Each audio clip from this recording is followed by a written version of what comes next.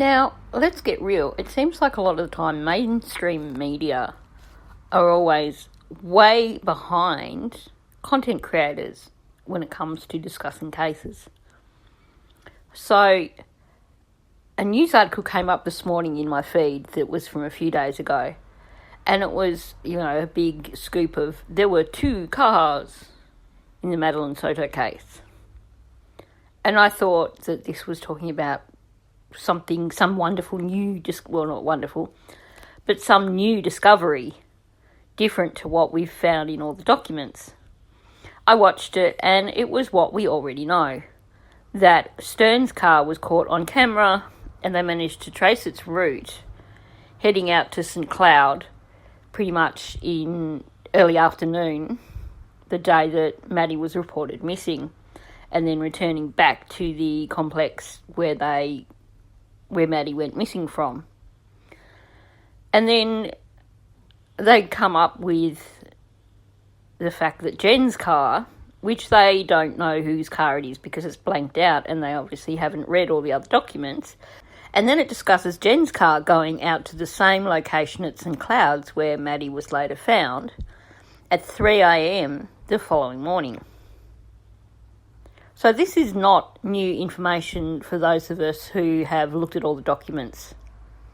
But it got me thinking.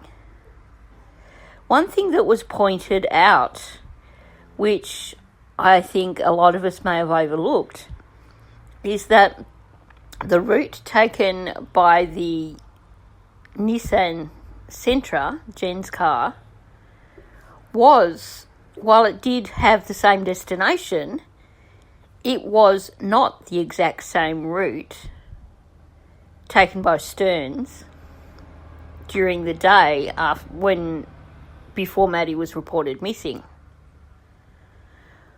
Why is this significant? Well, think about it. Think about the areas that you know. You tend to travel the same route each time. You become familiar with particular routes and they become your go-to.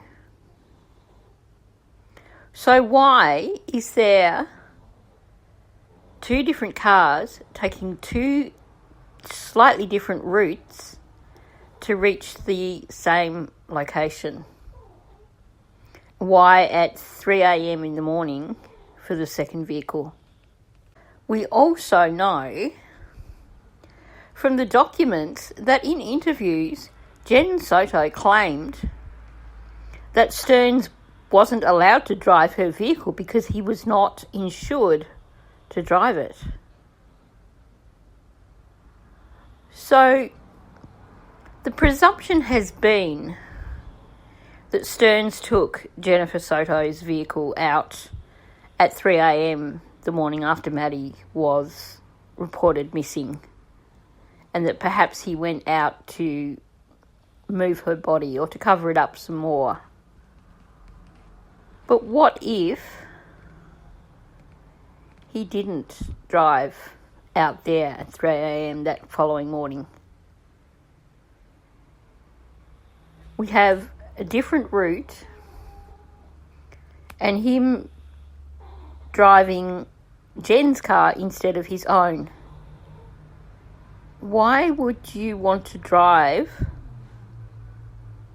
your partner's car, for starters, when your car is available? And why the different route?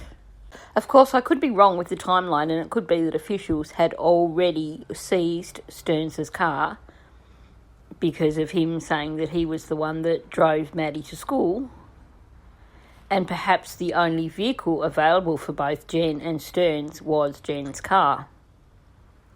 But I still find it interesting that the 3 a.m. trip out to St Cloud's was a slightly different route. And why is Jen Soto saying that she doesn't allow Stearns to drive her vehicle because he's not insured for driving her vehicle? Did she not know? Because we know that she was taking sleeping pills overnight. So it is, of course, possible that she was completely knocked out and had no idea that he had taken her car and driven it. If the keys were easily accessible, that would be easy enough. Perhaps there is a simple explanation for the different route. Perhaps the driver was using a GPS, and for that time of night, that route was the suggested route on the GPS. Just a thought, just something to consider.